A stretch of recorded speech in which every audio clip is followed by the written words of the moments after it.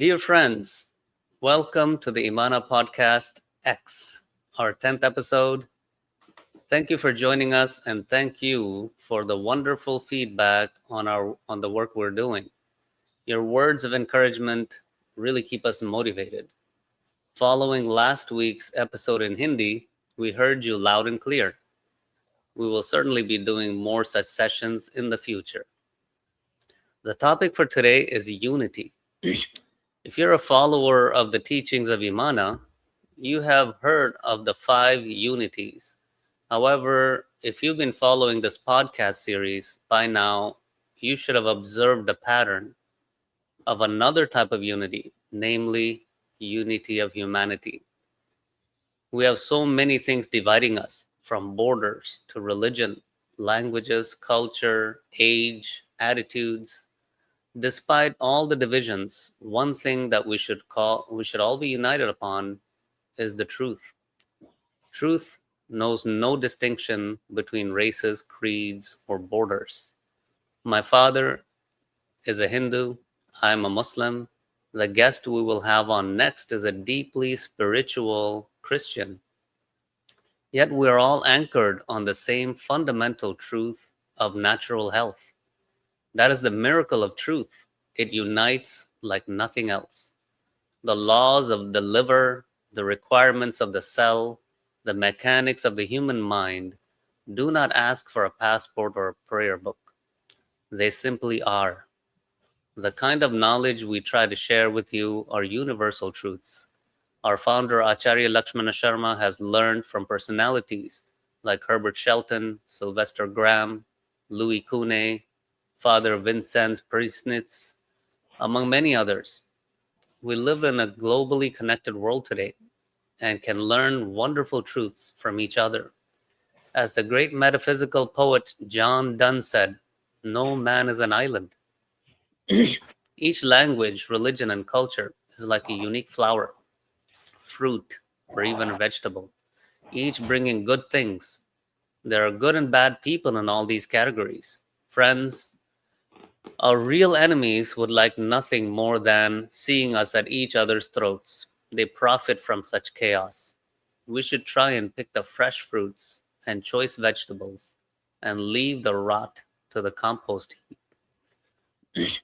They too have a function, but they don't belong in your plate. The message of IMANAH is the universal truth. It may seem Hindu-centric, but it's not.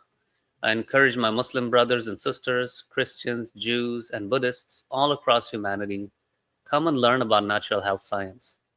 The more we learn about each other, the more we can respect what the other brings and be sensitive to their space. Each of the topics I bring up can go on for hours and deserves a much deeper and nuanced discussion. I urge you to join us on Discord server and engage with us and each other. Now, without further ado, I'd like to ask Dr. Arun Sharma about the unity of humanity and his views on it. Dr. Sharma? Namaste. Where we are now, we are full of differences. There are so many classifications of humanity. It's all in the thought. God has made us all equal. The Creator has not made any difference between Christians and Hindus or Muslims. Human body is the same for everybody. The way it functions is that each part of the body helps the other part of the body. So there is a unity of purpose that you have to keep working, doing your part and helping the other parts of the body to function well. Unless the liver works properly, the kidneys will not work. Unless the kidneys work properly, the urinary tract will not be working properly. Elimination and then converting food into waste material and useful material, to absorb the useful material in the intestine and transfer it as proteins or carbohydrates and other elements necessary for the body to send it to different parts and function. So the body is working as one unit. And if we go to a doctor, allopathic system or any other system, there they say this is a problem of the liver, this is a problem of the kidney, this is a problem of the intestine, all kinds of things. Where there is a problem, either they stop the problem by stopping the body from reacting, or they just cut off that part of the body and not express itself. Disease is our friend. That's what is the biggest joke in this world. When we try to cure disease with medicines, we are doing a sin of meddling with the body. That's what is meddling sin. Don't meddle with the body. Help the body to complete its work. It has started a pain. Allow the pain to go through with. In order to tolerate the pain, just put a cooling wet pack, and cooling contracts the tissues. When there is pain, that means there is vigorous activity in a certain part of the body, and that vigorous activity creates heat, and that heat expands the tissues. With the expansion of tissues, there is pain. All that we have to do is contract the tissues by putting a cooling wet pack. It doesn't disturb the body's activity. Body's activity keeps going on, except that we don't feel the pain. And we are not interfering with the body's activities. So, this way, natural health science has a complete and scientific action, and we face reactions which are favorable to us. That's what is important. Most important thing is to allow the body to do its own job. Nature has got so many different phenomena that we have to understand. All lives have got major two activities. One is to assimilate the food that we have eaten into body parts and convert into blood vessels, nerves, and other things. And the other part is to throw the waste away. When we have both materials in the food, there are foods with less waste, and there are foods with more waste in them. So if we choose foods when we are very sick, choose foods which have very little waste, and that way it'll help you go through the disease process without pain, with less pain or no pain. Just for an example, coconut water is mainly water, but it has got all the nutrients that we need in our body. It has got carbohydrate, it has got protein, it has got fat, it has got everything, all the minerals that we need, vitamins we need, everything is there. It's a complete food. But people are not satisfied just drinking coconut water. They want to eat the cream of the coconut, and they want to eat other things along with it. So digestion process will start, and complicated digestion will be there, because coconut water doesn't need any digestion. It will be straight away absorbed. When you add other foods, it needs to process the food and into carbohydrate and starch and fat and proteins, and different departments in the body will have to work. When we have digestion work, we are not able to focus on reparative work. What is the repair work that is to be done in the body? There are certain parts of the body, damaged cells are there. In order to remove the damaged cells, we should not add work in the body. Allow the body to engage in removing the damaged cells and replacing it with good cells. The good cells can be formed with no digestion process and all that. Such work can be done through coconut water. It doesn't need any digestion process. It can be straight away absorbed by the body. Such foods can be taken on those occasions and reduce all the problems. Most difficult problems can be solved if you allow the body its freedom to do what it has to do. By interfering with the body's activity, we can definitely reduce the pain, but we are not completing the job that was initiated by the body. That's where we do the greatest mistake. Medicine is a sin of meddling with the body. Don't medicine. Annam hi bhutanam jyeshtham tasmat sarvaushadam uchati.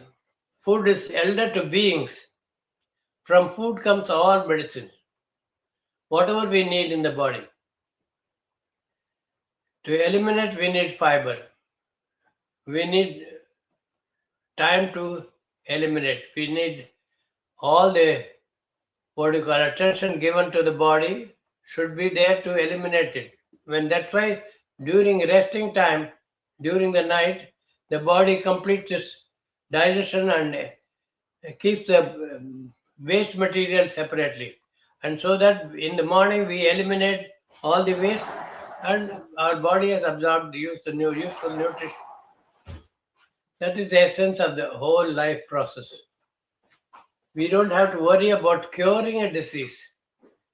Disease itself is a process of cure. Disease or lack of ease is because of extra work given to the body by eating all kinds of food. If the body has to take too much time to analyze what is this, what is that, where is the waste, and separating it, all that time is spent, effort is spent, and we feel delayed. And there is too much of gas produced in the body if there is a wrong combination of food. So all these problems are to be understood and simplify our lifestyle, and we will get excellent result. When you are sick, when a person is very sick, all that we have to understand is disease is our friend. Allow the disease process to go on. Don't attend to any other work. Expose your body to sunlight. Lie down, relax, keep your head in the shade. Allow the body to be exposed to the sunlight, but don't expose too much to get it heated. Just when it is getting heated, come to the shade. Lie down in a water tub just to cool the spinal column.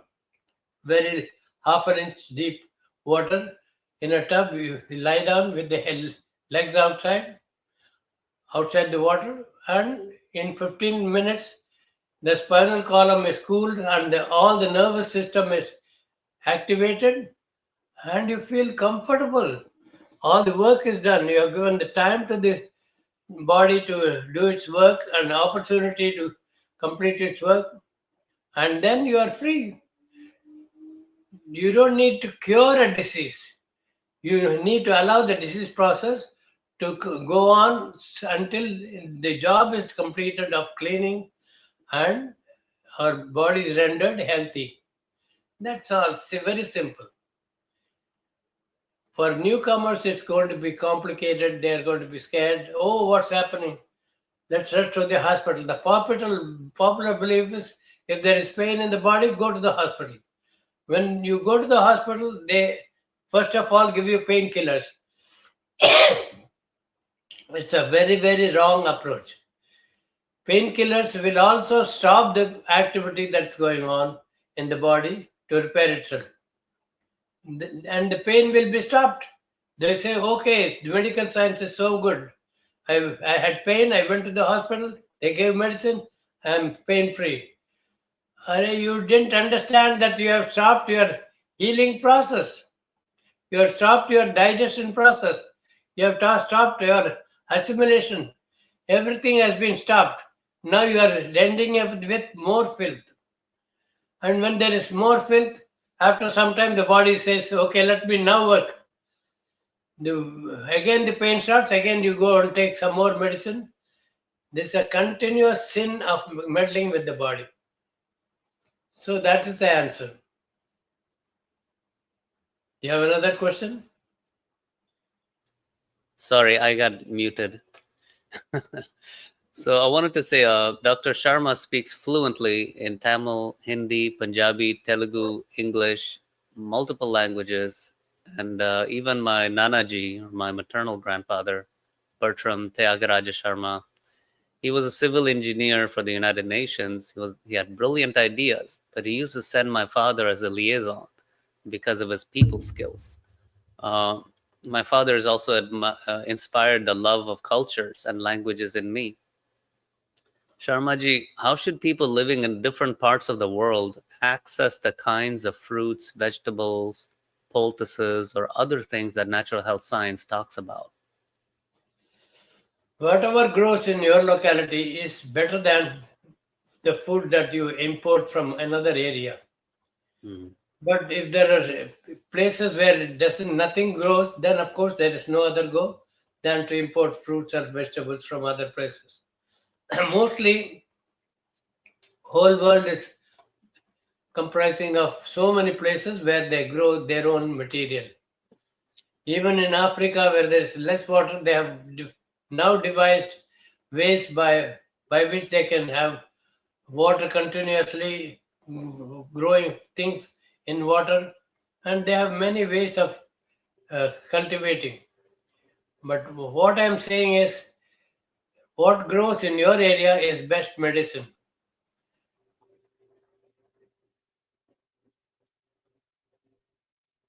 I think the video has cut off.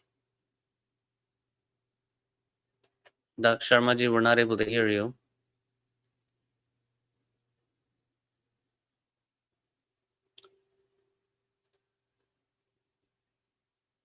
Okay. It looks like there's some technical difficulties. I apologize for that. But I'm going to introduce our next guest. Absolute pleasure and honor to introduce Barbara O'Neill, author, educator, naturopath, nutritionist, and an international speaker on natural self-healing. Like millions of others, I've been captivated by her lectures for well over a decade. Talks filled with beautiful explanations of the finer points of health, breaking down complex medical terminology into easy to understand, common sense advice. She is deeply knowledgeable, compassionate, and spiritual. Nobody epitomizes the famous quote of Teddy Roosevelt, "Speak softly and carry a big stick," better than Barbara. Barbara, welcome to the IMANAH Podcast. Thank you. It's a pleasure to be here. We love to highlight prominent personalities in the natural health sphere, and I'd love to start with your background. What was your upbringing like? Tell us about your parents, your childhood, and the early influences that shaped the woman we see today. Well, I'm a fifth generation Australian Scottish descent, so I grew up very much, I guess, like traditional Scottish. We had sausages or chops, mashed potatoes, frozen peas or beans every night, except Sunday where we had a roast lamb. We went to the Presbyterian church every Sunday morning, and I learnt Scottish dancing. I had a kilt, and I even danced the sword dance with 500 other Scottish dancers at the Royal Easter Show in a big oval when I was about, I suppose about 10 or 11. Huh. So I thought everyone in the world ate and lived like this, as you do when you're a child in it was just a little country town. And when I think of my childhood, there's nothing of great event happened. You know, once a year we'd have the Sunday school picnic where we'd go out to the bush, and I look back now, especially when I speak to many other people, and I think I almost had the perfect childhood. You know, there was a lot of laughter in the home and nothing of any great event, but I think that's what children like, myself. And so I grew up in a very happy, stable home. I was the second in 5 children, and nothing to write home about. But I used to get a bit of a cough, chest cold once a year and go to the doctor and get cherry flavoured antibiotic syrup, and I never thought about that. You know, we were brought up that when you're sick, you go to the doctor, he gives you a tablet and you get better. Mm-hmm. But where the biggest challenge came when I was probably 19, 20, my mum got quite sick with rheumatoid arthritis, and within 6 months she was in a wheelchair. She was very sick for 5 years. We went to every doctor, had every drug, every operation you could think of, but she got worse and worse. And then at 51, she died. But, still we thought, well, they did the best they could. But it really wasn't until I had my first child, and at 16 months, she got an earache, and I went straight to the doctor, as we've been taught. But over 6 weeks and 4 courses of antibiotics, I'm starting to get a little frustrated. I'm starting to question the system, because I'd got interested in natural health. I sort of got into the hippie lifestyle, and yet I'm giving my child drugs. And so that's really when I started to rethink things. And I also started to rethink what happened with my mum, and not wanting to give my drugs. I began, reading. I began investigating, and that, you can see, looking back on your life, I think everyone can testify to this. Different things happen in your life, and you look back and you can see God's trying to give you a message here. That's true. Yeah. And that's really how things started to turn around for me.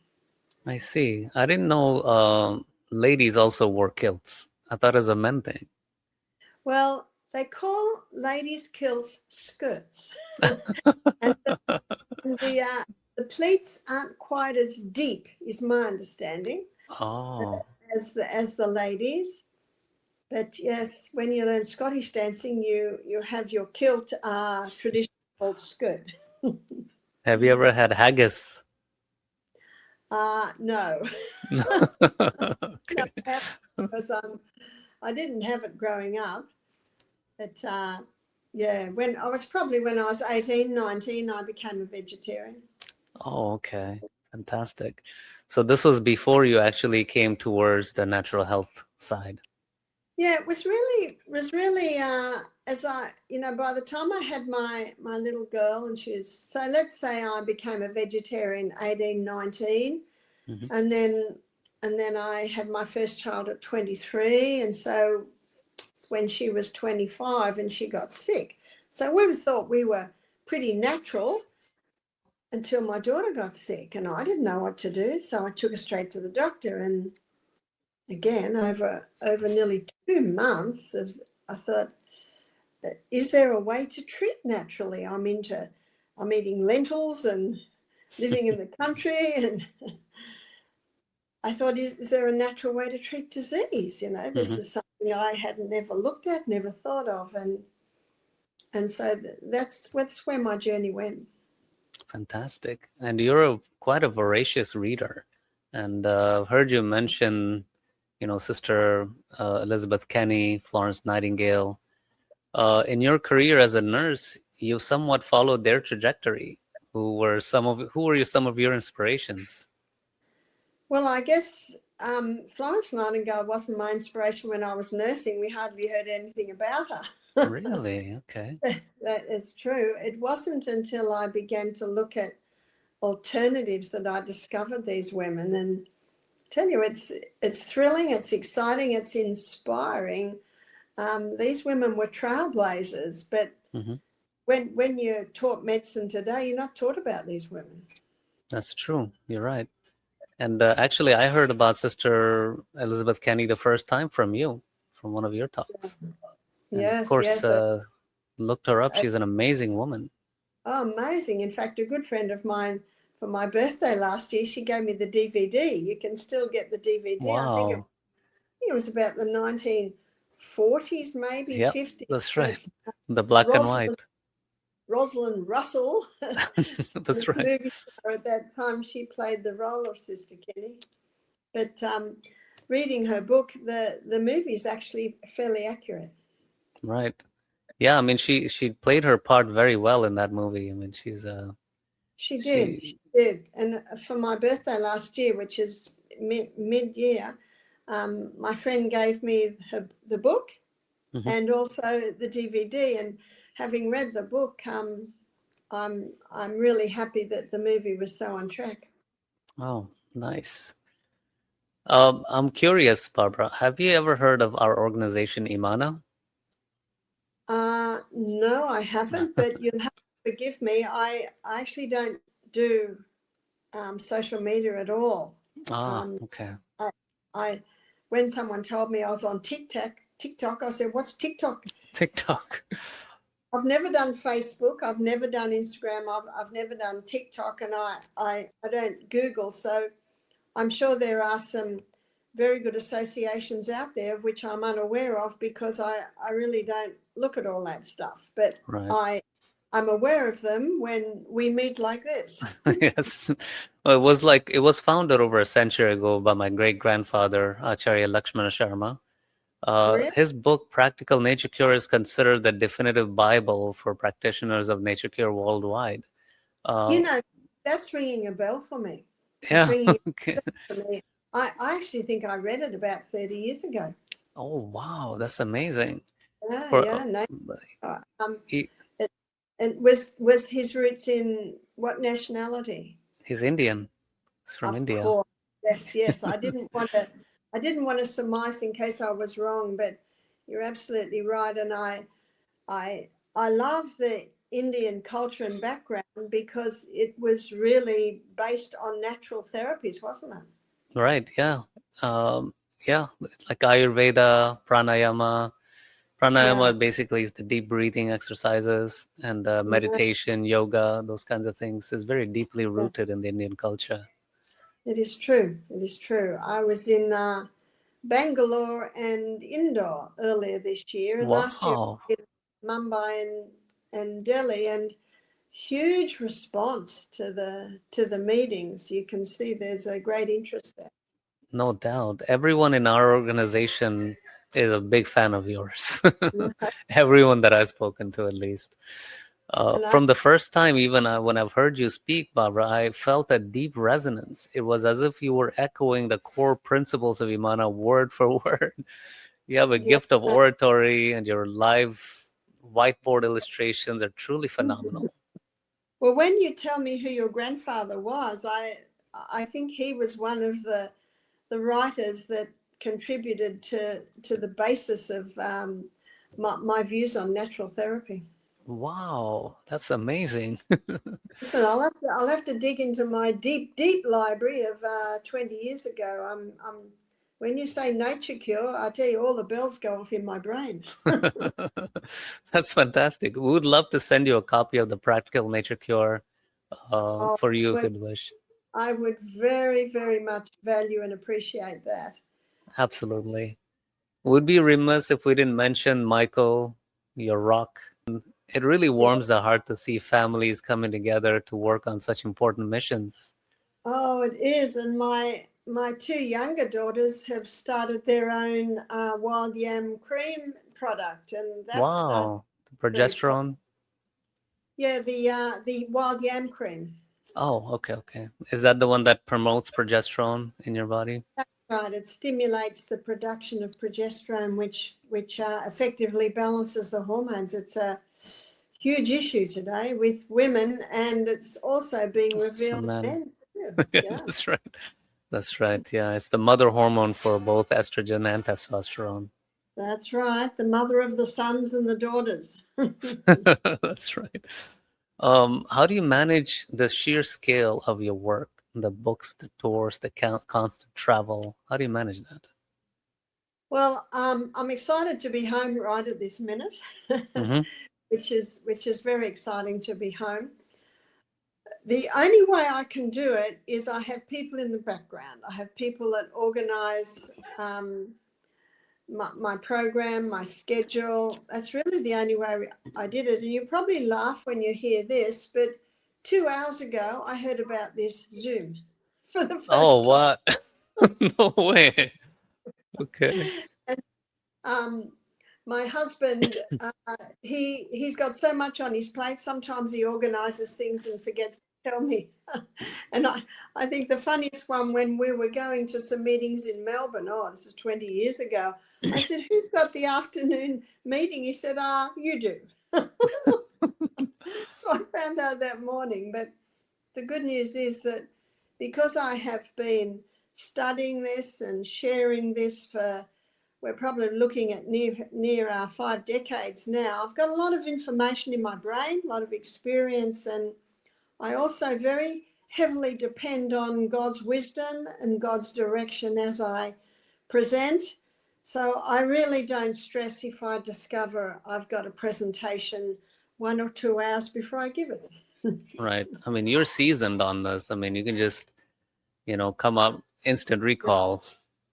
Yes, it is. And I love the saying, repetition is the mother of retention, and That's deep is true. the impression. Fantastic. And I have also discovered if I stress out about it, that's going to interfere with my presentation. So I don't do that anymore. That's excellent. I want to share with our viewers that your journey hasn't always been peaches and cream. As we discussed with Dr. Biswaroop a few weeks ago, speaking truth often upsets those invested in the status quo. Would you mind if we address some of the controversies surrounding your work to provide some clarity? Not at all, because I know that truth dissipates fear, and it dissipates lies, and it dissipates darkness. And that's why I think it's important to know. Fantastic. There are so many videos, for example, memes, books that are attributed to you online. Here, I have one that I bought online. It's called Barbara O'Neill, The Lost Collection, 25 books in one. Yeah, how that'll grab nearly everyone, won't it? yeah. Except how it's can not we distinguish the authentic work from these fakes? There's really only one way, and I'm very thankful to the wife of our global sales manager. Her name's Naomi. She found the website officialbarbarao'neill.com, and I just thank God for her finding that, because we are able to say there is one official website, and that's officialbarbarao'neill.com. If you go to officialbarbarao'neill.com, all our true media sites are found from there. Officialbarbarao'neill.com. Yeah, thank you for that. Oh, no problem. That's me. Okay. It's just strange that nowadays, you have all of these different people just, trying to take credit and things like that. It is. It's crazy. And we're also in negotiations at the moment, because at the moment, I actually don't have my copyright. But within the month, that all should be legally and solidly in my care, and then it'll be much easier to take the fakes down. So I just always refer people to officialbarbarao'neill.com. We have a team that's constantly taking down the fake sites, but as soon as they're taken down, more come up, unfortunately. I see. Right. Same thing with your books. So the official barbarao'neill.com would have all of your official books, and we have a landing page there that no matter where you are in the world, it will take you to our worldwide distributors. Okay. I see. Okay. I was personally flabbergasted to hear about the censorship, the smear, the government overreach. They made you shut down the Misty Mountain Retreat, didn't they? Well, actually, they didn't. Fantastic. We did close down for 2020, where I think just about everyone had to close. Everybody did, yeah. But I am forbidden to speak there. I'm forbidden to give any health advice in Australia. But we have the most amazing team, and some on our team, they've been working with me for about 25 years. So the Misty Mountain Health Retreat runs according to all our principles. And it runs because I'm not there. Oh, okay. So you just had to distance yourself in some ways, officially. Well, yes. And in some ways, one of the beauties of this ban is that it opened my work worldwide. And the Healthcare Commission that banned me, my husband says, I'm thinking of writing to them and thanking them. Because it was one of the catalysts. I think COVID, people scrolling and finding this lady that talks about onions. A lot of people told me that. And also, I met in South Africa last week a man who took some of my lectures from YouTube, split them up, put graphics with them, and put them on TikTok. And he said they just exploded. So I think my band, my explosion worldwide, this man who cut them up and put them on TikTok, I think there are a few factors that have caused my information to literally, go in places I never thought it would. It's quite incredible. It's just fantastic. Many feel that Australia is one of the biggest violators of personal freedoms in the Western world. Having faced the tyranny you have, what advice would you give others following your footsteps or a similar path so they can avoid pitfalls that you faced? Well, I believe that the reason they banned me was my husband's political party.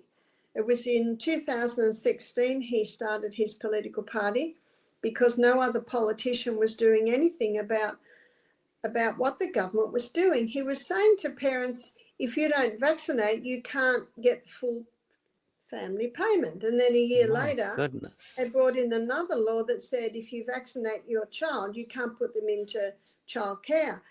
And this outraged my husband. He said, someone's got to do something. So he began the political party. And in 2020, it literally exploded because people started to realize their freedoms, their rights were being trampled on. Now, the political party still isn't to the level to win the election, but it's got a voice now. And we have a couple of, you see, what Michael has done, he's become very good friends with a lot of senators. So even though his voice isn't in government, he's very good friends with some senators now whose voice is in there. And so sometimes you don't know the reasons why. Maybe God prompts you to do things. You think it's for this purpose, but it might be for another purpose. And so we just thank God that there is a voice in there now. And what the media will never tell you, that there is a big backlash in Australia. There's a lot of people who are campaigning and protesting against what the government is doing. But the reason I wanted to give that little bit of a background is we believe that's why they took me down. Because Michael said he was prepared for just about anything they would throw at him, but he was a little unprepared for what they did to me. Right. They even banned Novak Djokovic. In the Australian finals they were having for tennis. It was actually embarrassing what they did for him, but he had the last laugh. He came back. He did. And he won everything. That was fantastic. Speaking of what your husband wrote, I understand he wrote that book. Very alarming title, "The Assassination of Barbara O'Neill." When he was just so frustrated at what they did, and it was his way of protesting and his way of showing the world that I wasn't guilty. And I think he wrote the book in 6 weeks. He sat down and he wrote it. You could read it in an hour, but it tells the truth. So yes, if you go to Wikipedia, you might be scared of me. I'm a threat to public safety. So to counteract the false claims, I say to people, read that book. Read that book. When people say, what have you done? I said, read that book. Right. As someone who values medical freedom, I find the government's role as the arbiter of truth very concerning. In your view, once a government begins to curate what health information a citizen is allowed to hear, what happens to the sanctity of an individual's body? That's absolutely right. And my husband campaigns long and hard against this. And that's what he says. The last bastion is our own bodies. Surely no one has the right to tell us what to do there, because there is an authority far higher than the government, and that's the government of God. And God gave us the ability to choose what we do and what we do not do to our body. So I stress to people, don't let anyone take this away from you, because it's your God-given right to choose what you do and what you do not do to your body. That's true. You're right. 100%. If someone had a complaint or wanted to argue or debate with you about something you said or prescribe, would they be able to do that? How would they do that if so? Now, as you can imagine, my team have put up ways to protect me. Mhm. Otherwise, I'd be answering emails for 3 hours a day. But you can go to officialbarbaro'Neill.com and you can put in questions there. And there is a team there that looks at that. And of course, they dialogue with me if they need my comment on any area. Okay. Would you be open to any kind of like a moderated debate on any platform or anything like that? Or are you just not interested in those kinds of things? Well, I would be, but I would suggest that the person reads my books, reads Michael's books, because there are so Absolutely. many false claims out there. And I go to great lengths to research so that what I'm presenting is truth, and it is backed by, by other doctors and health professionals who have come to the same conclusion. Mhm. I also am a very cautious of double-blind studies and the like. Really? Yeah, because I have a friend who worked in CSIRO, which is like a research, a well-acknowledged research scientific organisation in Australia, and he said, we used to do studies, and the people would come in who have paid for us to do the studies, not like the outcome, and close the study. He said, we've also done studies where they've changed. I said, I've seen them change the figures. And he was a scientist that then became a medical doctor. So his eyes are really open on that area. And that's why I say to people, trust your body, because I believe that is your best guide, is trusting the body. And I remember Dr. Lorraine Day. Now, she was an orthopedic surgeon back in the 80s who conquered breast cancer, and she was an orthopedic surgeon in San Francisco. And she used to say, the first few tests you have, once you start implementing natural remedies, aren't going to look that great because your body's detoxing. It's eliminating, poisons and environmental toxins that have been built up over many years. And so she stressed that the test can give you a little bit of idea, but don't put total faith in them, because the test you have now, you have it in another month. It could be very different. Your best guide is, how do you feel? What's your body doing at the moment? Right. Yes, my father often quotes, don't check your body, check your habits. Yeah. And also, what I didn't mention in my upbringing, that my father was an inventor. My brother's also an inventor. He's my elder brother. And everything that came into the house, they had to pull apart to find out how it worked. Why did it work? And I am forever thankful that I grew up in such a home, because I don't know whether it's genetics or the way I was brought up, but I want to know why. Because it doesn't make sense to me if someone says, you should drink water, it's good for you. I say, yeah, but why? Right. Why do you need to do it? And so that's what I always investigate. Why does it work? I'm not interested in all the papers that say, this for you, this will do this for you. And I say, yeah, but why? Why? That's what I want to know. I want to know why. And I also believe that's one of the reasons why my presentations have become popular, is because I don't just say, do this. I say, if you do this, this is why. This is what works. I think that intrinsic curiosity is what separates people who are, just quote unquote professionals from people who are very passionate about what they learn and teach. That is true. When I was in South Africa last week, and a man gave me a book, and it was by a woman doctor who was probably about 30. And someone said to her, you should watch Barbara O'Neill. So she started watching, and she started drinking more water. She started going to bed early. She felt so good that she started investigating this in detail. And she's changed her whole medical practice.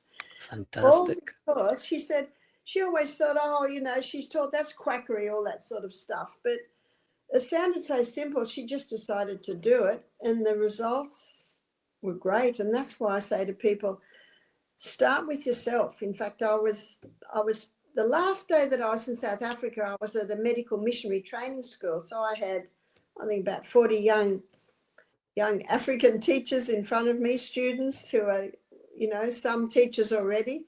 And I said, what you do is you start on the person in the mirror. I said, Right. once you conquer health in your own life, then you can teach it.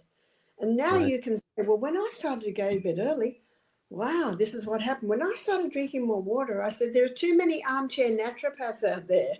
That's right.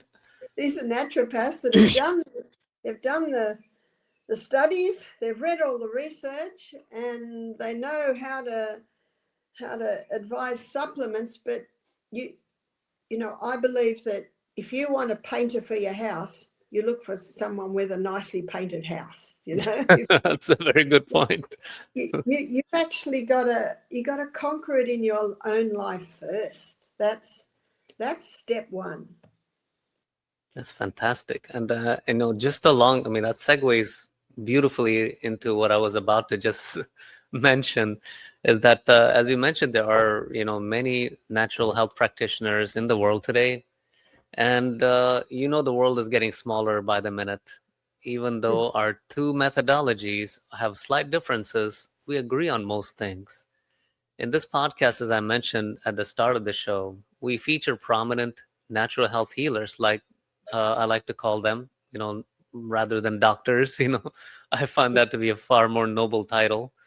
I'd like to put ourselves for a minute in the shoes of a newcomer, even yourself, when you came towards, natural health sphere.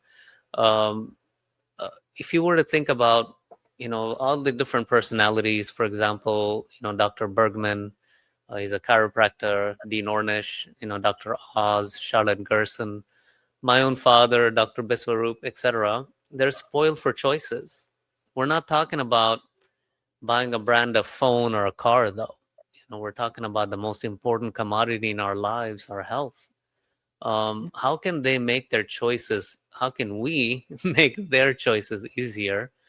So I was thinking about this. In the US, we have the show called The American Idol. I'm sure you're familiar with that. Or are you not? I've heard of it. Okay.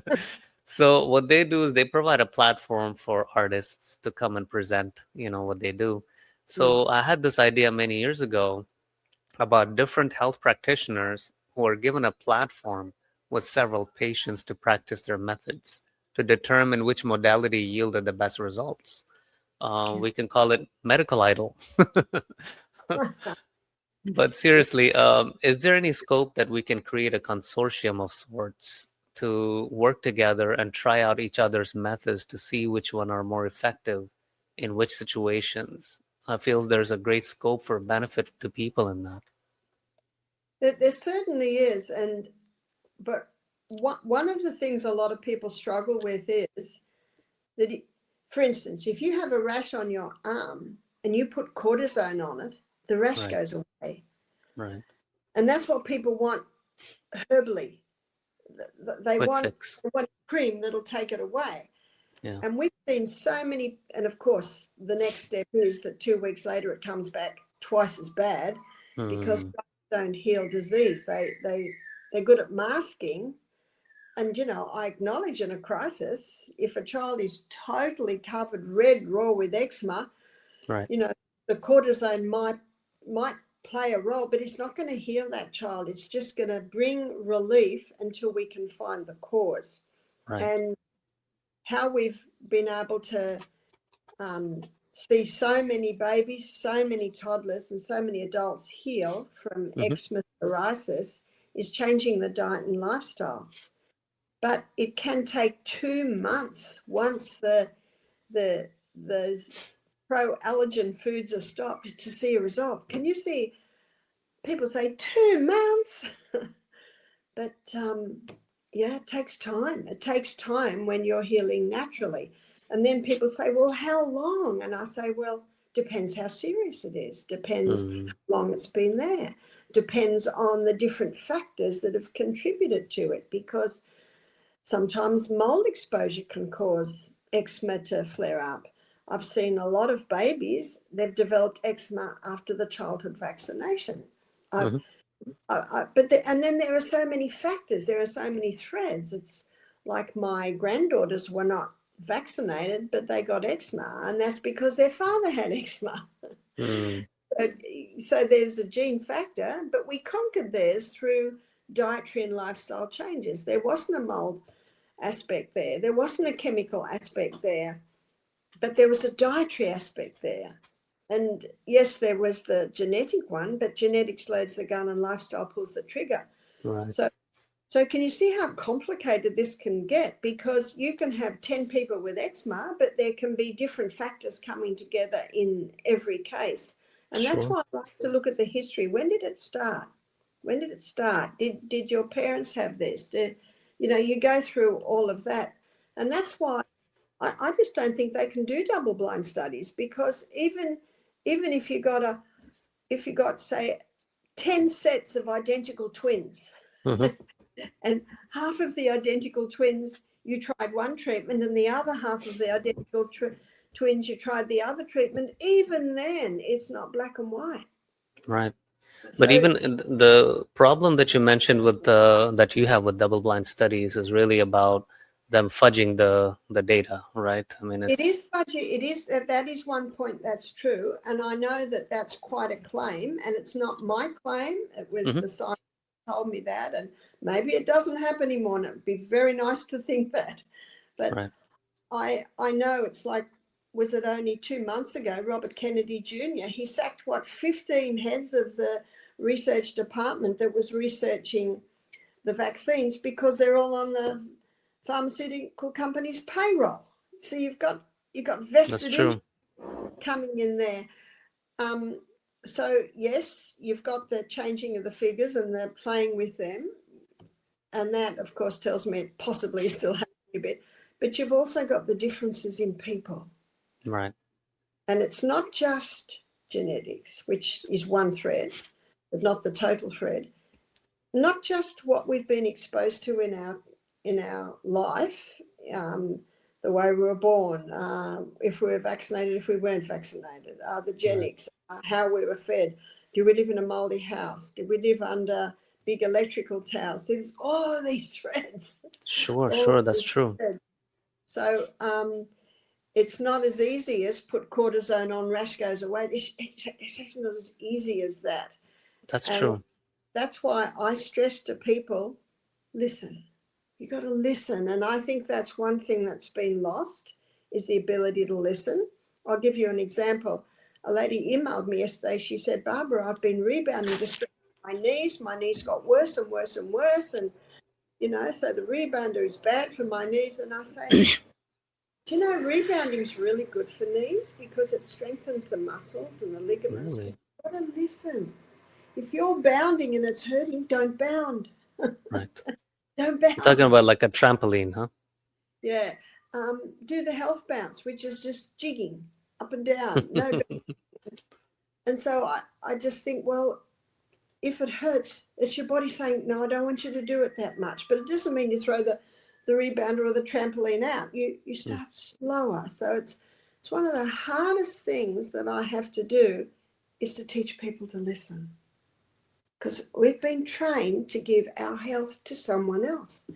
So a lot of people are getting disillusioned with the medical profession. So now they put it back and then they give it to the naturopath. And I say, no, you take control. Your doctor, your specialist, your naturopath, they advise. You try it and you listen. And the body will say, I like that. Or the body will say, no, that didn't work. And it doesn't mean that that's not good. It just means change the dose. Like the lady on the rebounder, adjust it until the body goes, that's better. Fantastic. That's great advice. Now, just to beleaguer that point just a little further, I understand they also change what the definition of placebo is. So A lot of times when you're talking about these randomized, double-blind, placebo-controlled trials, they will just basically, for example, with vaccines, they consider other vaccines placebo, meaning it has no other effect, which is obviously, that's just it's far worse than fudging the data. It's kind of just redefining the parameters. And and but that's what medicine has done. Unfortunately, they've changed the accepted levels in cholesterol, for instance. They've changed they keep changing the data. Diabetes also. That's It's right. a moving peg. Even blood pressure. When people say, "But I've got high blood pressure," I said, "What's your readings?" They said, it's 140 over 85. I said, "Well, to me, that's still not out of range." That's right. Still normal. Yeah. Especially when you exert yourself, your blood pressure is, meant to go up. But even the resting. And there's also white coat blood pressure. That's right. The white coat phenomenon. Yes. They miss the bath. They're running, of course it's going to be high. I see. There's a claim that you had made apparently that about the sodium bicarbonate in treating cancer, and some people argue that the body's pH, as you yourself mentioned in some of your talks, is incredibly tightly regulated. It has buffering systems like the kidneys and the lungs to keep the blood pH within a narrow range. How do you respond to the scientific concern that the oral or topical bicarb cannot fundamentally shift the terrain of a deep-seated tumor without disrupting the body's overall homeostatic, balance? In some ways, what they say is absolutely right. The blood pH cannot change. It cannot change. And it is absolutely true. There are systems in place to keep it there between 7.35 and 7.4. Absolutely. And that's what I teach. So if these people who are claiming that, they should go and watch my acid alkaline lecture. You cannot change the blood pH. But it is the cellular pH that changes. With sodium bicarb? Well, cancer loves an acid environment.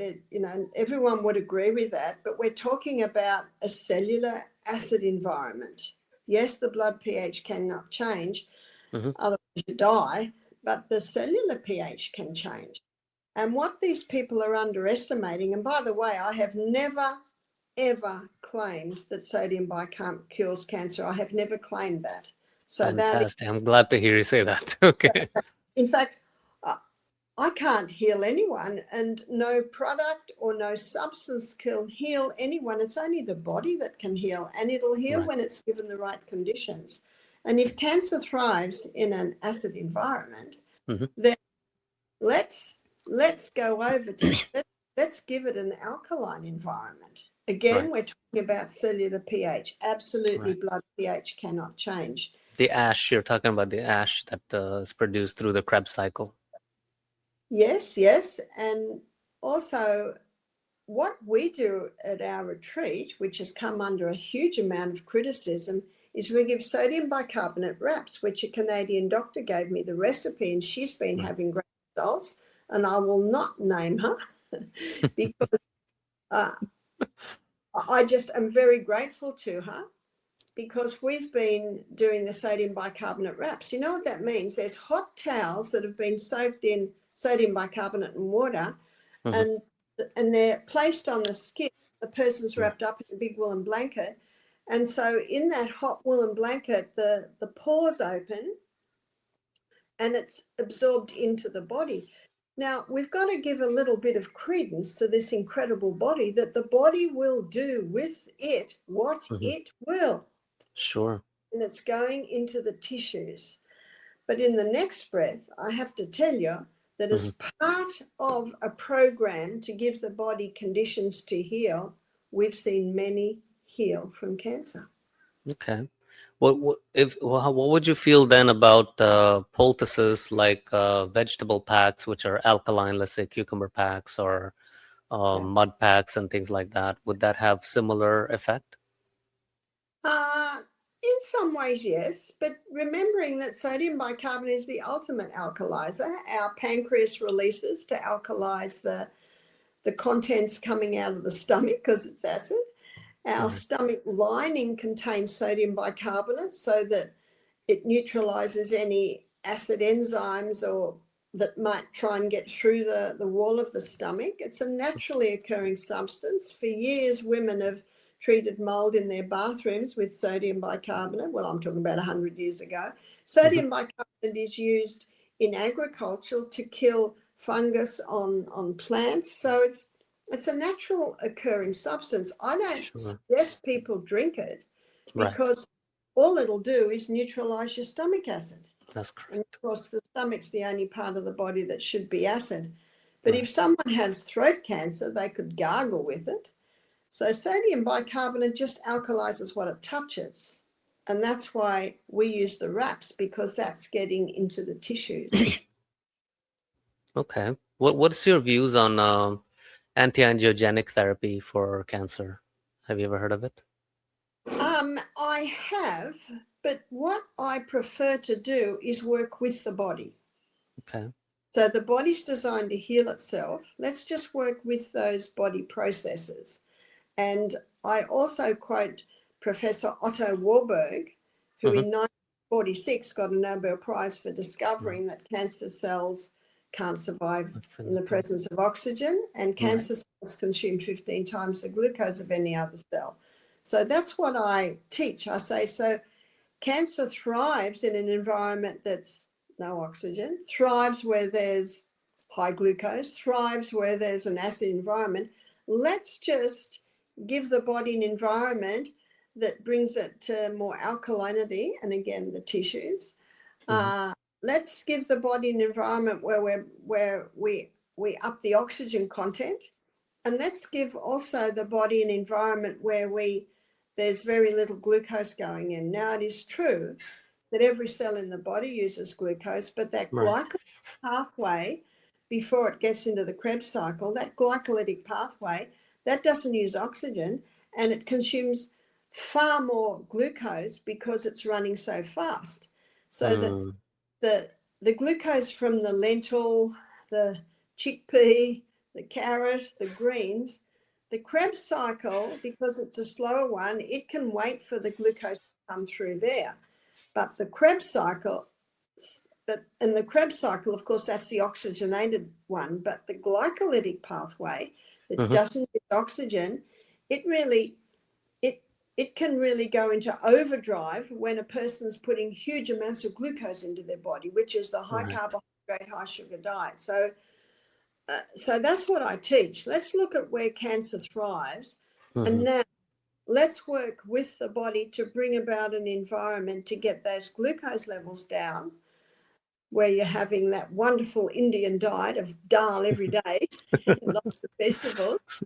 And let's also look at upping the oxygen content by that. Another wonderful Indian, one of your basic teachings is breath, is breathing in and out through the nose with the abdominal muscles. You can get so much more oxygen at the cellular level. And let's look at alkaline by giving the body more greens, more alkaline foods. So we keep it very, very simple. I believe that God designed everyone to be their own doctor, and so healing should be within our reach. So what I just described to you, that's within the reach of everyone. There's no expensive products. It's just changing lifestyle and diet. So in the diet alkalinity that you mentioned for, treating, and I don't want to use like all the taboo words that, are going to get us in trouble online or whatever, but basically Dr. Max Gerson, he wrote a book in the 40s about, the 50K studies. And his daughter gives lots of lectures on, the carrot and green apple juice. What are your views on that? Have you had any experience with it? Oh, absolutely. And I think it's fantastic because it's well known that we use 80% carrot, 10% celery, 10% apple. That's the foundational juice that we use here in our juicing days. highly alkalizing, really alkalizing. And because carrot has so many minerals, that slows down it's not considered a high sugar food, like a cup of apple juice, for instance. So I know, and I did have Max Gerson's book, and I lent it to someone, and you probably should never do that. Only if you never want to see it again. I hope they get a lot out of it. But I certainly look at their treatments and realise that their program does oxygenate, does alkalize, does certainly get those glucose levels down. From what I understood, they use up about 20 pounds a day worth of carrots and, the ingredients itself. And they have to put it into those 13-ounce jars, and make sure there's no oxidation, and, don't put it in the fridge, all of these different things, and use specific kinds of juicers and things like that. How accessible is that for the average person to do that? And Charlotte Gerson, she said she's been doing that virtually all of her life. How practical is that really to the average person? How accessible is that treatment? Well, we've done some adjustments. Okay. We suggest just 2 days of juicing, and we suggest juices every 2 hours. Oh, okay. So that's how we do it. That's half of what they prescribe. Absolutely. And we also recognize the importance of water. And at our program, we have a steam sauna every afternoon. I had a steam sauna with our guests only yesterday afternoon. Fantastic. And the big sweat where you're perspiring out a lot of waste. Well, you need to be very well hydrated for that. And as good as carrot juice is, it doesn't take the place of water. So we advocate our guests have at least 8 glasses of water a day. They're having 5 glasses of juice a day.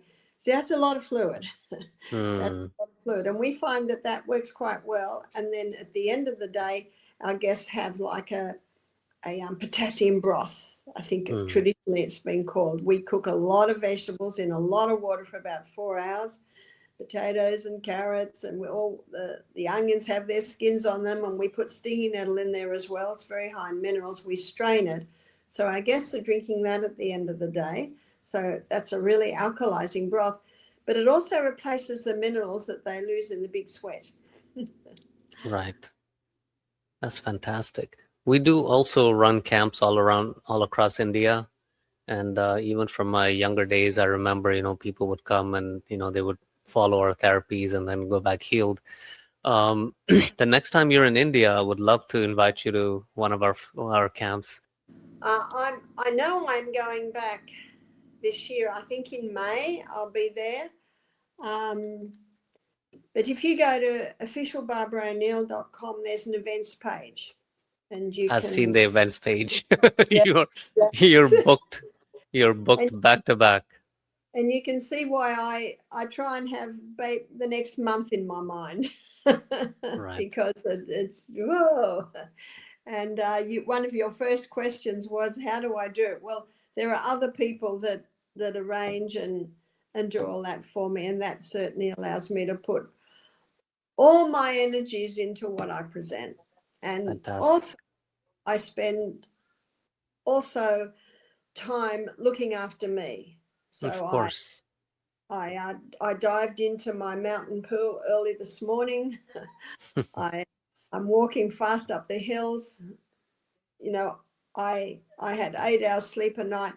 So when people say, how do you do it? Because I will be 73 this year. They say, how do you do it? I say, there's a formula. I found a formula. And if you abide by the formula, you can do it. And people also say to me, how long are you going to do this? I said, well, I still feel great. I still was able to walk up the hill faster with no puffing than all the 30-year-olds I walked with last week. I still feel great. When it begins to get a little bit hard, I might start to back off a little bit. This year, I'm home 2 times, well, 3 times considering the end of the year, whereas the last few years I've only been home once. This year I travel Sunday and have a quiet day Monday, start Tuesday, whereas it's been travel Sunday, start Tuesday. So I've adjusted the program just a little bit to give me a little bit more space. So I will practice what I preach and listen to my body. I would like to really have opportunities where, I've also invited other natural health practitioners to kind of form a consortium, as I mentioned before. What kind of opportunities can we possibly have where we can collaborate on things? I see what you're saying, and I think that certainly could work. My only hesitation is, you've seen my schedule, that it's very difficult to find time.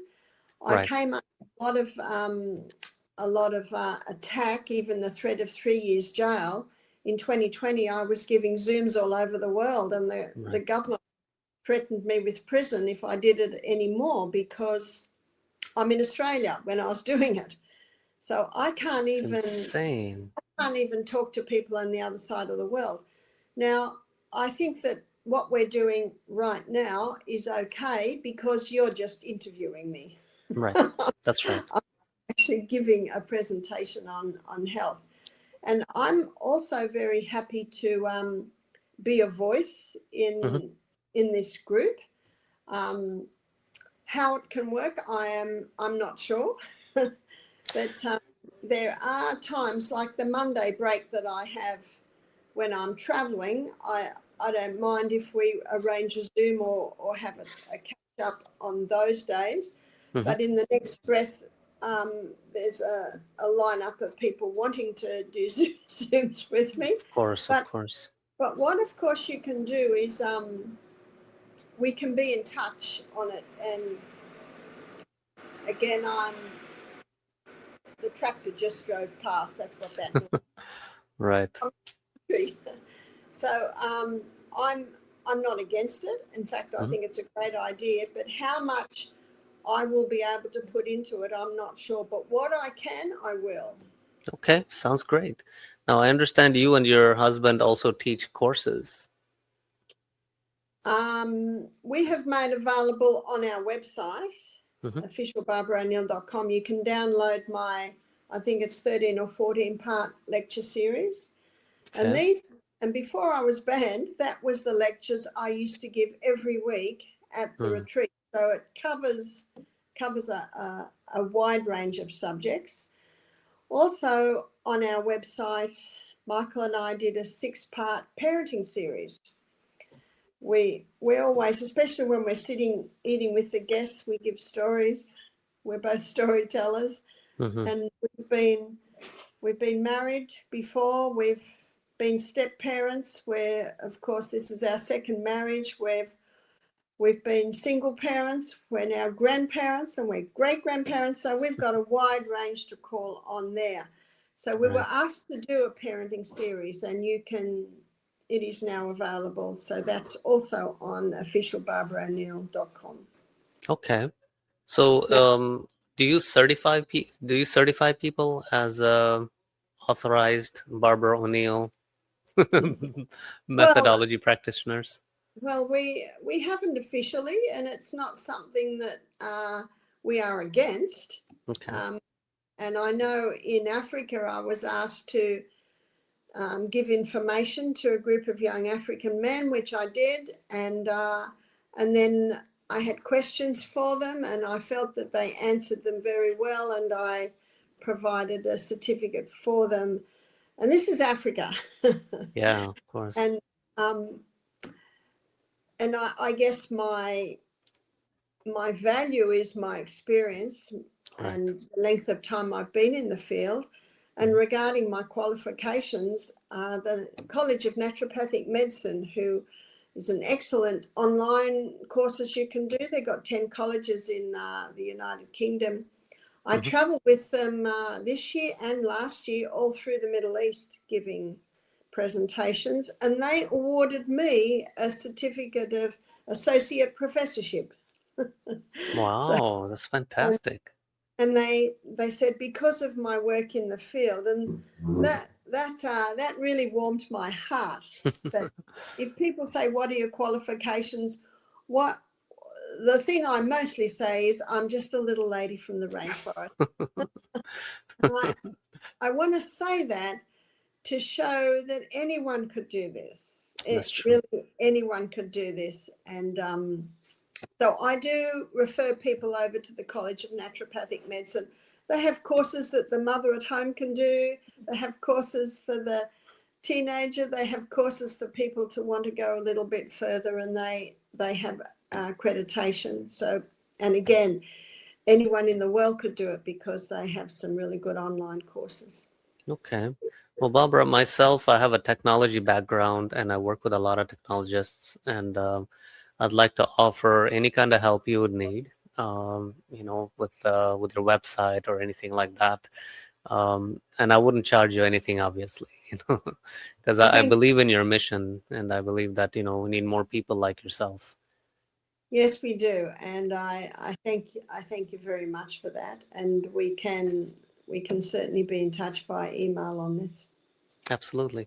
Was there be anything else, any last words you would like to tell? The last words I'd like to say is to revive and restore a trust in our own human body, in listening to the voices that come out of our body, in seeing our body as a sacred trust. The Bible says, you are the temple of God and the Spirit of God dwell in you. Now that makes the body even a little bit more special. Right. So listen to it, trust that it knows what to do. And if we give it the right conditions, it's very happy. Right. And if we don't give it the right conditions, it'll tell you. And rather than when the body protests, not liking it and wanting to name it as a disease, search out why it's giving you those messages. Did you drink enough water? Did you have too many late nights? What have you been eating? It actually is simpler than most people realize. And my husband, he's a very black and white man, and he's my man that does all the he's the entrepreneurial that put all this together. He's a businessman. Right. And he says, if I get sick, I look at the last 24 hours. I think that's great advice. It is. Absolutely. If you look at the last 24 hours, if you don't see anything, go back to the 48 hours.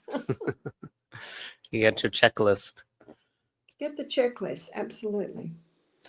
And just a couple of more things I wanted to talk about from the Bible that you mentioned, that Jesus fasted for 40 days. Now, a lot of people, they would find that daunting, but there is a passage in the book of Matthew where he's talking to his sheep, let's say, where he's saying that, verily I say unto you that you will never attain the kingdom of heaven until your righteousness exceeds those of the scribes and the Pharisees. And his followers are basically blue-collared people. And, so they were kind of wondering, how do you attain, eternal life? Or how do you become better than the scribes and the Pharisees, or the highest order of priesthood? And so he goes through a whole checklist about, all kinds of things. One of them he's mentioning is fasting. And he says that don't fast like the hypocrites fast, because they will put on a sad face, the sad countenance. That's right. In Isaiah 58, it says, is this the fast that I have chosen, to bow down thy head as a bulrush, to spread sackcloth and ashes under thee? Wilt thou call this a fast, an effective day of the Lord? Yeah, you're absolutely right. And I love the way the Bible, it supports itself all through. And that is true. And I think that I love the time restricted eating, because that's a really easy fast. That's eating breakfast like a king. That's eating lunch like a queen, and maybe just a herb tea at night, or a vegetable juice at night. So you're getting effectively about an 16 or maybe 18-hour fast every 24 hours.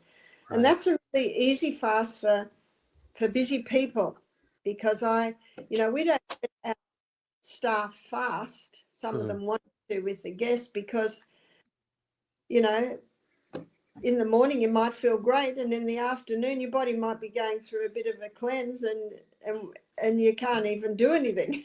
Right. So we say if you do fast, do it on a day that you're at home, because I say sometimes when you're fasting, the body will come up against a pretty old dirty cupboard that's got to clean out, and Right. you know, you might need to have a rest for a while.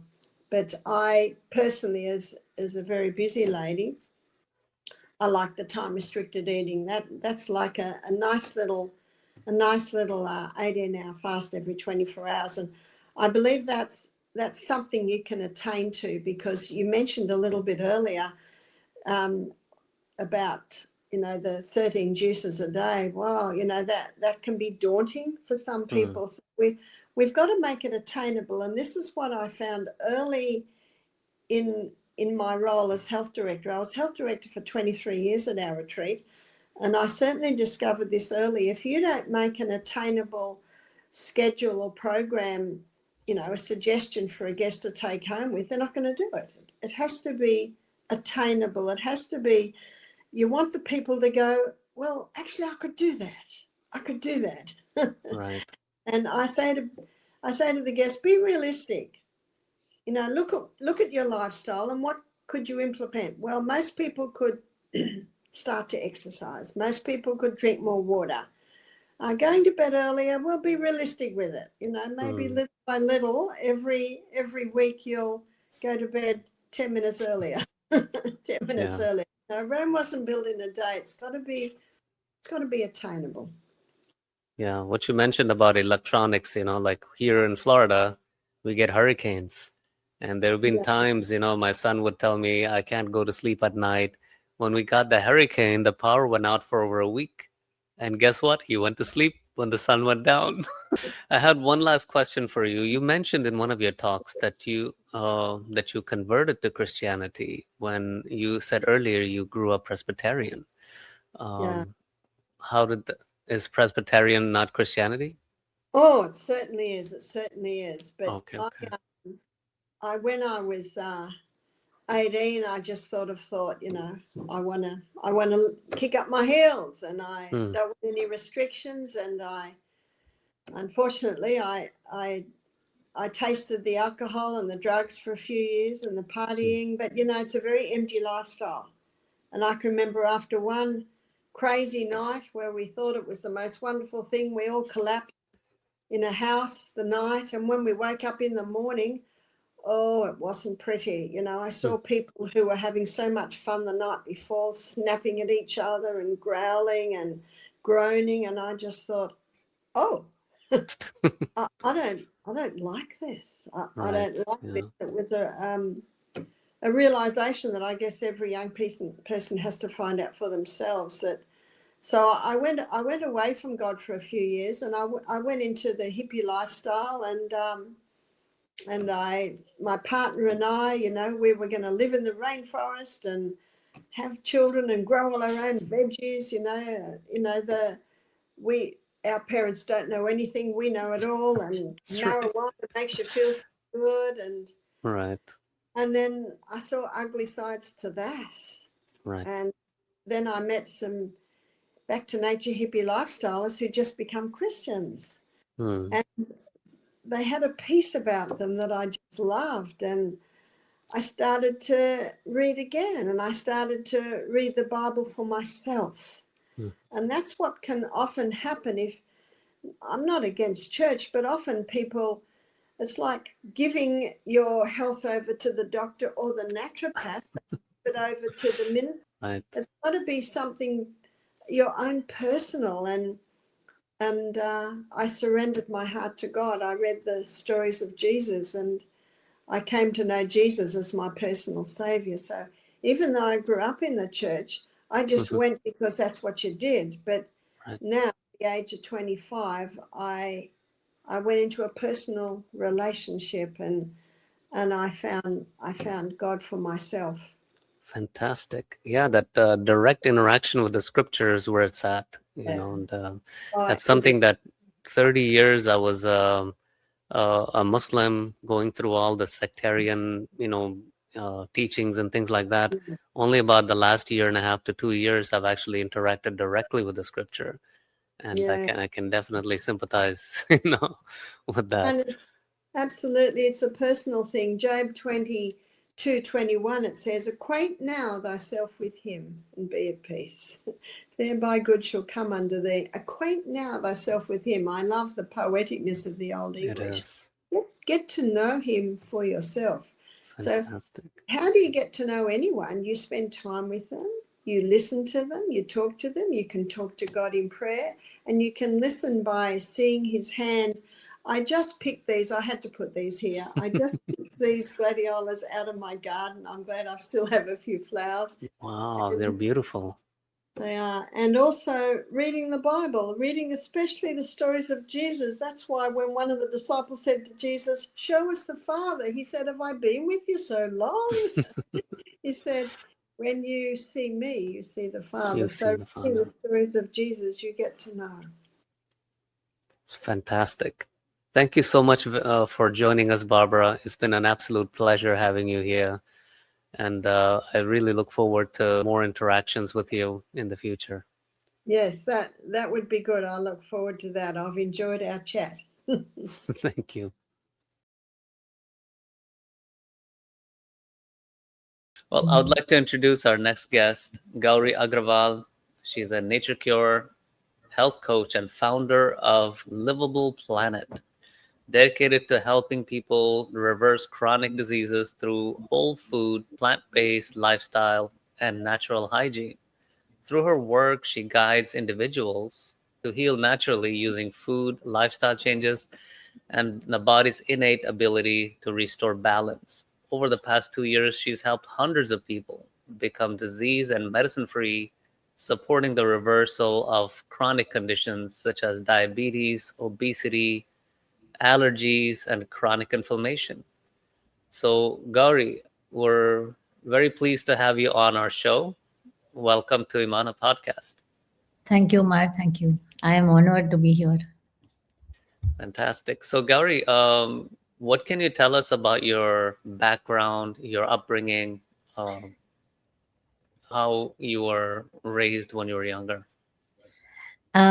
So I was born in a small city called Ghaziabad in India, very close to Delhi.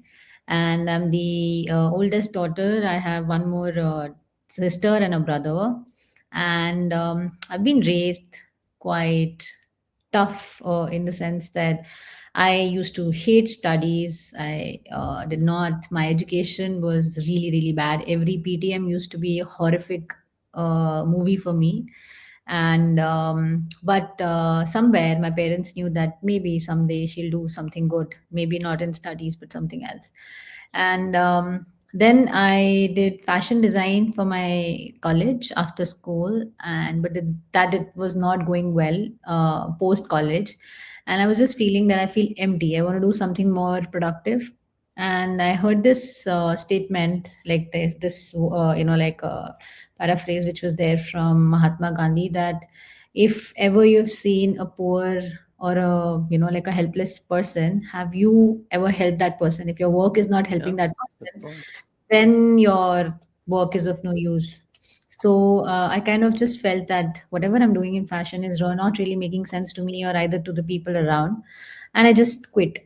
And I just started to work on sustainability, and I started creating videos around sustainability. And one day I encountered this documentary, Cowspiracy, that helped me turn vegan. And then when I turned vegan, I realized that eating aloo puri or French fries, of course, it's being vegan, but it's not good for health. So then I attended Arun Guruji's retreat, Imanah's first retreat in Bangalore in 2021. That helped me change my perspective. And that's how I became this. Fantastic. So you've been hearing our guest Barbara O'Neill speak for the Yes. last hour plus. What do you Yeah. think about her? Oh, very good. I've been really watching her videos maybe from last 1 or 2 years. She's been going viral with all her tips and things. And I think last year in May when she was in Delhi, I did attend her talk. And so this is me attending the talk, and on the right is Guruji in one of the retreats. And yes, she did talk about yam cream, castor oil, and a lot of. So that session was on hormonal health of women, and it was a pretty good session. And yes, she's inspiring millions of people around the globe. So definitely one of the people I would aspire to be one day, to Oh, wow. inspire and help people.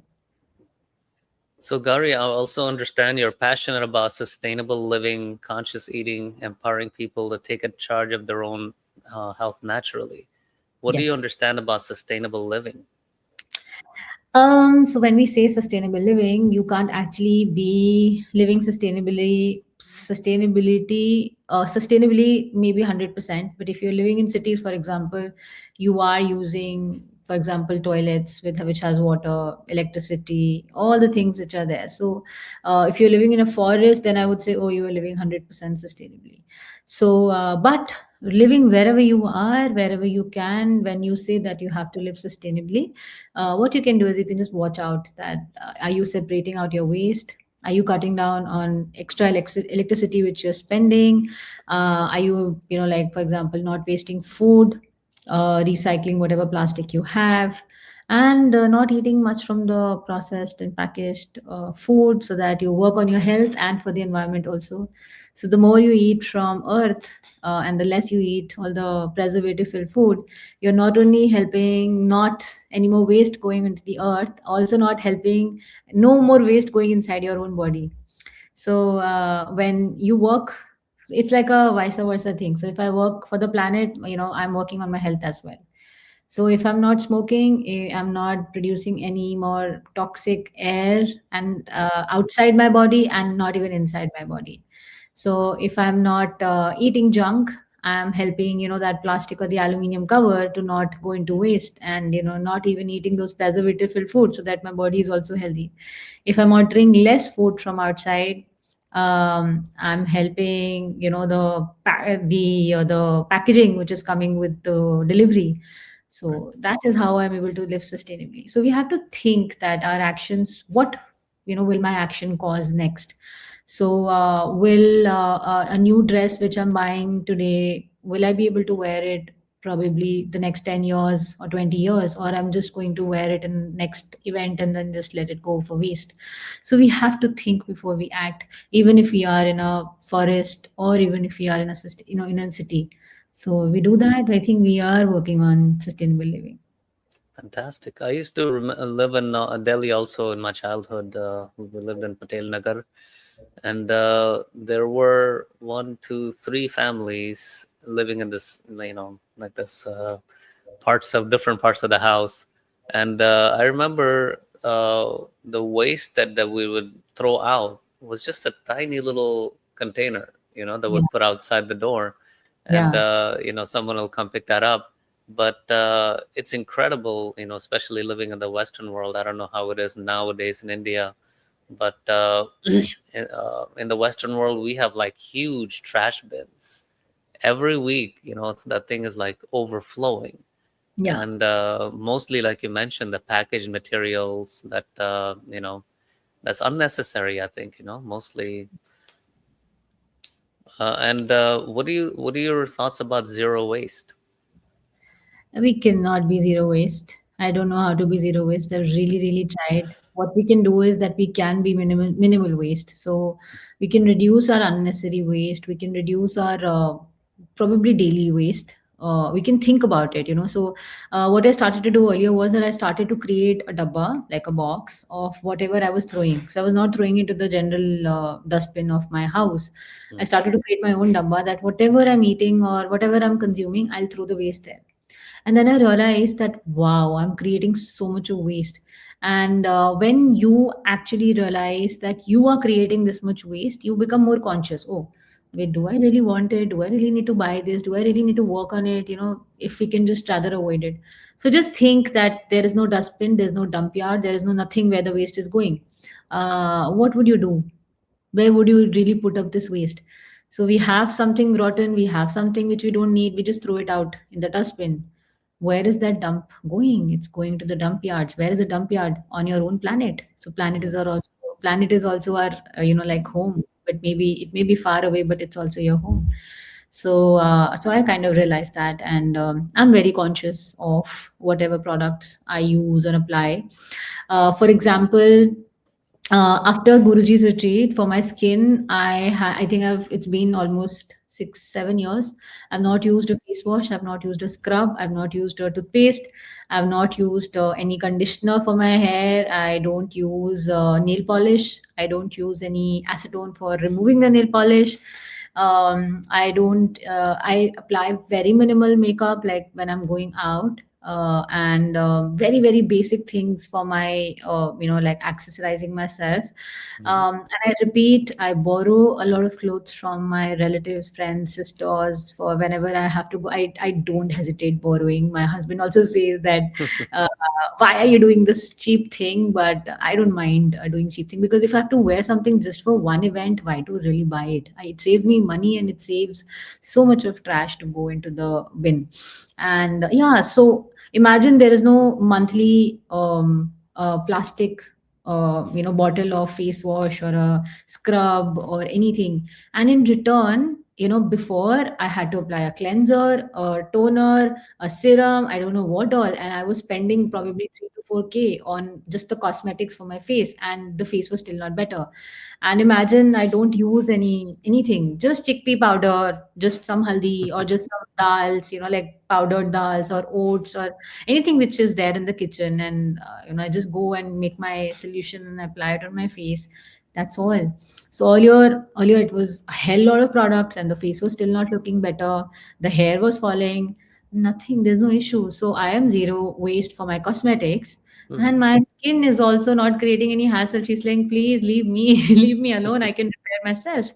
So, as Barbara also said, that we have to trust the power of our body. We have to trust the power of our body. If you have something on your skin, if you have something in your body, if you have some of the other problem which you're having, trust it. You don't need any other product. Need to be sustainable. Understand, trust your body. Why are you feeling this? Fantastic. Can you tell us a little bit more about the hundreds of patients or hundreds of the cases that you've helped heal in the last 2 years?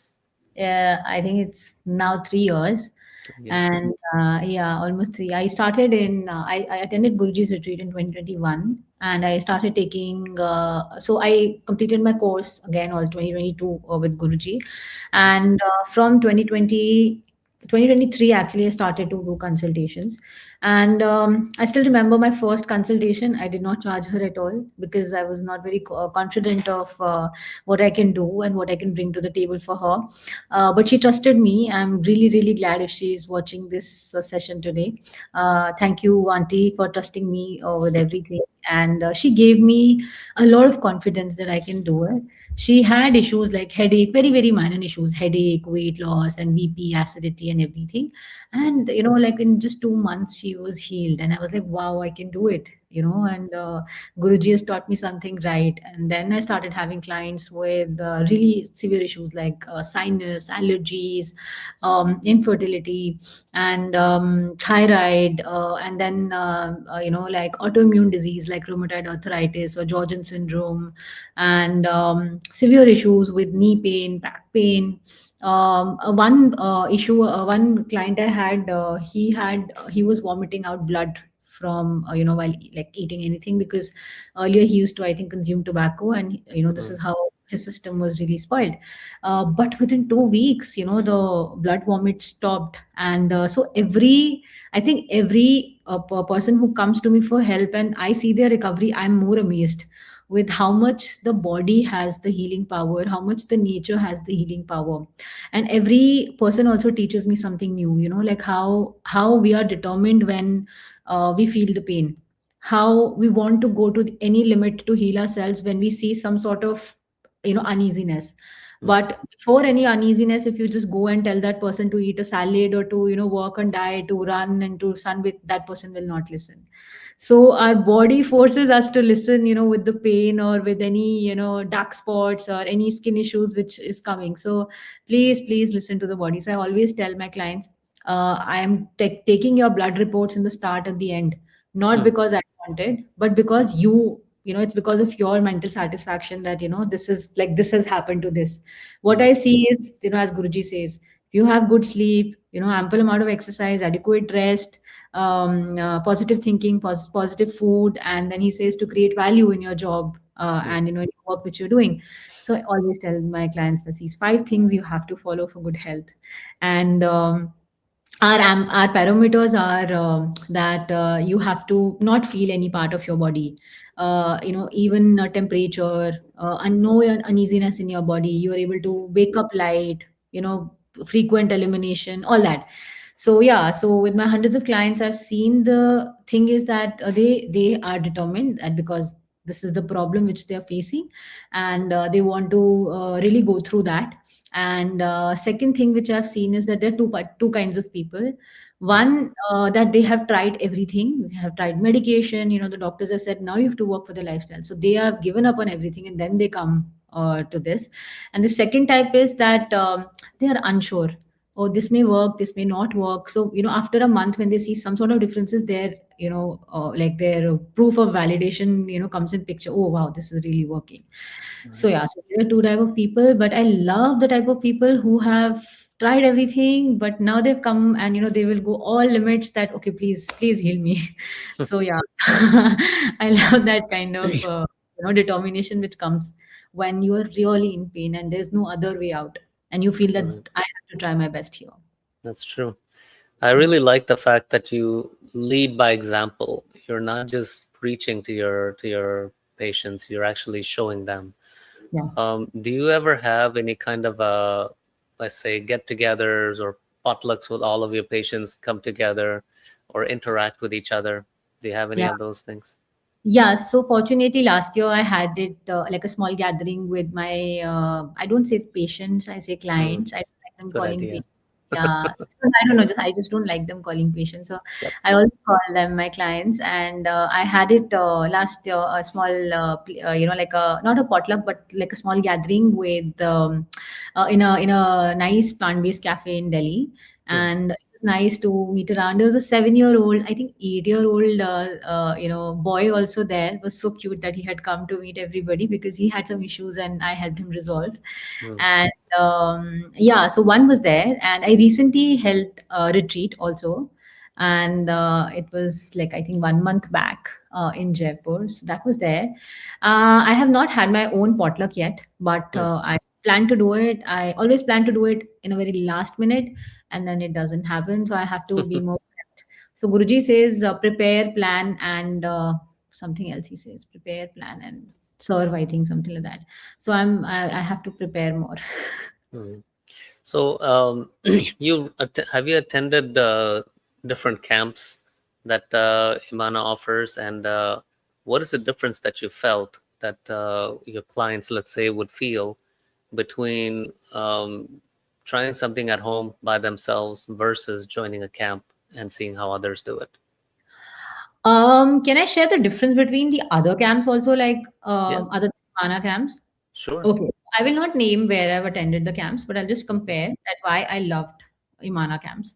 So wherever I've attended other camps, they used a lot of external machinery or something which is done by the external person. For example, a lot of massages, a lot of things which we will not be able to perform at home by ourselves. And what I loved that at the Mana camps was that they were making us do everything ourselves. Like even if it's cooking, even if it's massages, even if it's putting a mud pack, even if doing sunbathing, even if it's doing enema, for example. I remember not the enema, tona. Guruji will scold me.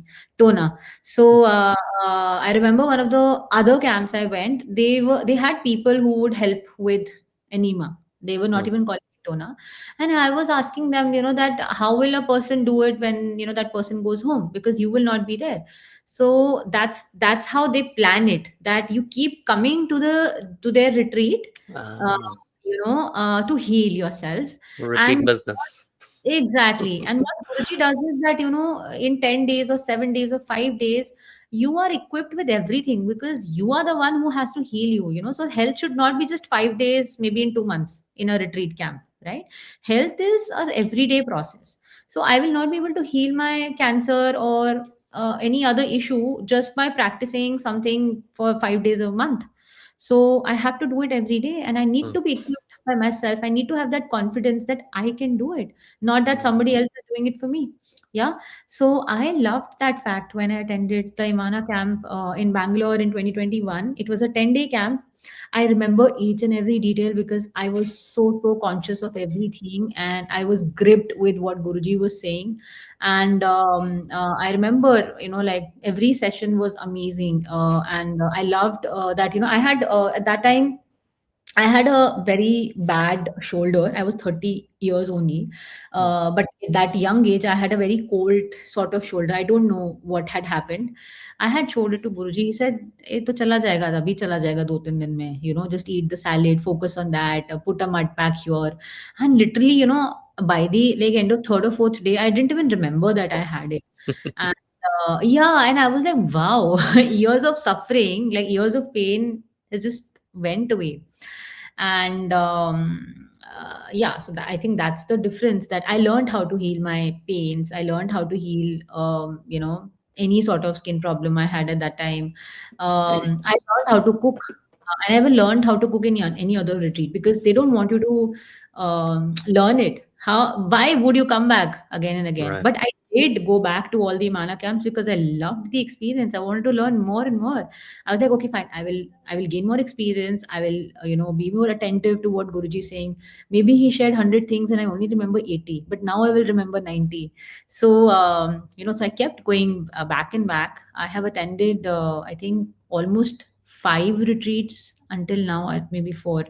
And I've attended, I think, 3 courses online of Guruji: hydrotherapy, Vedic nutrition, and Sun. And yes, so I think there was no difference as such Mm. in all the retreats. It's just that every retreat I attended, I got to learn more and more, whatever I could not learn before. Mm. If you were sharing a story which I maybe may have heard it third time, there was a different learning in that third time. Okay, fine. What do I understand from this story? How do I take it to my people? How do I take it to my clients? Right. Mm. And every camp, I think the location was different, so I understood that how we were dealing with different type of people. For example, in Bangalore there were more South Indian crowd, and in Delhi it was more of North Indian crowd, and when I was in Pune it was more Maharashtra crowd. So different cuisines, how to be able to really talk, and how to really help people from different backgrounds. That is what I learned, how Guruji was managing it, how he brings in the aspect of singing, and the singing session which we have in the evening. I think we call it, I have forgotten what he calls it in the evening. Yeah, so that is the only difference I feel. And yes, but every camp has its own feel. Every camp has different coordinators, and every camp brings in a lot of energy. So if I would have time, like every month, and when Guruji comes, whenever he comes, I would literally want to attend all the camps, but of course the time doesn't allow that, so that I can learn everything whenever he's in India. Yeah. Yeah, that's fantastic. Now, 2 things that I was thinking about right now was that I really, from the first episode that we had aired, we brought on a lot of students of Guruji, and it really makes me really happy to see a lot of people appreciating his value. And a lot of times people don't appreciate what would they have within their own families, so at least within his own lifetime, he has all of his kids competing to get his time. So so all of us are also competing. All of you guys are also looking forward to his visits. I really like that. Yeah. There is a question from Shiva Shivani Garg. Yeah. Any specific tip to cure thyroid other than improving food habits by eating salad, fruits, and vegetables? I What do would you just think? say, Guruji says that the body doesn't understand the name of the disease. So the body only understands that we have to take out the filth from the body. So be it thyroid, be it diabetes, be it cancer, Your work is to bring in all the nature five elements, which I think Guruji was talking in the start also. Mhm. That sun, water, air, space, and of course, earth. So don't get caught up in the names of the diseases, be it thyroid, be it melasma, be it eczema, which he was also mentioning, I think. But just focus on bringing health. So I remember I asked Guruji of a case where I think there was a blood clot in the head. So I said, Guruji, can this be resolved? So he said, we never say this. We say we are going to bring the body into the optimum health so that the body can take care.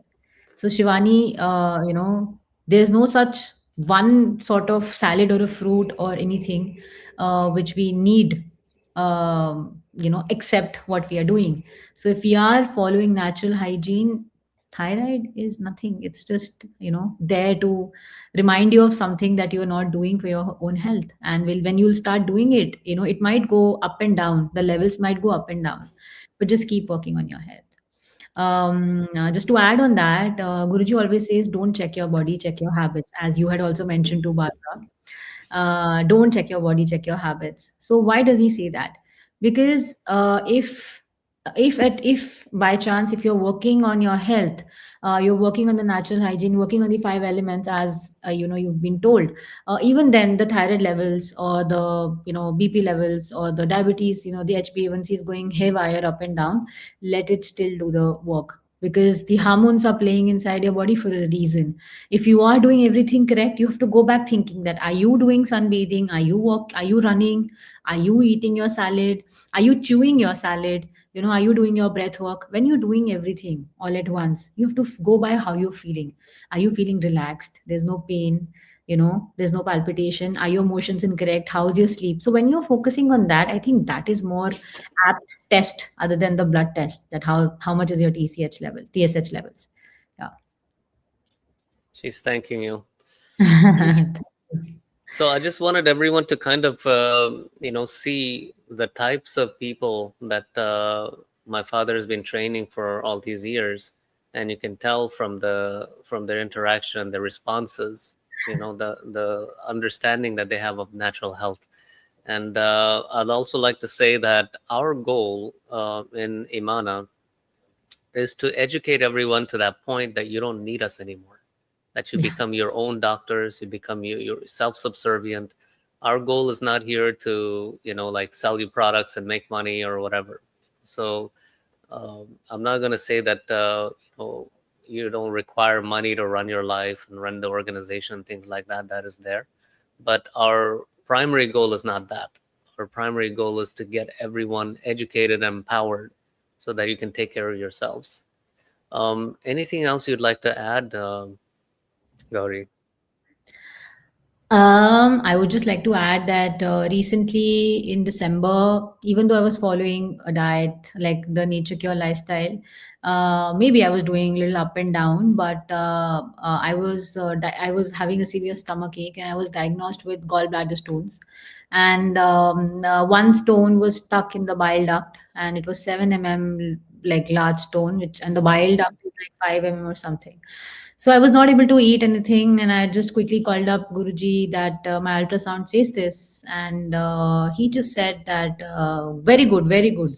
And I was like, I had assumed that he may scold me that why haven't you followed the lifestyle and all that, but he said very good, and I said how is that a good thing, Guruji? He said nah, because all the toxins have come in together, and you just need to work on it. So fast, until unless the pain is gone, and banana stem juice, start to have that, and a lot of sun, coconut water, enema, and all that. So I think I was on fast for almost 9 to 10 days. I was only on Mhm. juice. The pain had gone in just 1 or 2 days, the gallbladder pain. And I had jaundice. I had developed jaundice. My whole family was scared, but I had determined that by 2nd January that my jaundice will go away. But 29th of December, I woke up with no yellow eyes, no yellow urine, and I was pretty normal. And there's no pain. I'm sitting here, and we did one more testing at that time, and the stones had reduced. Of course, there was no stone in the bile duct, and yeah, but Guruji says don't check, but my family had to check.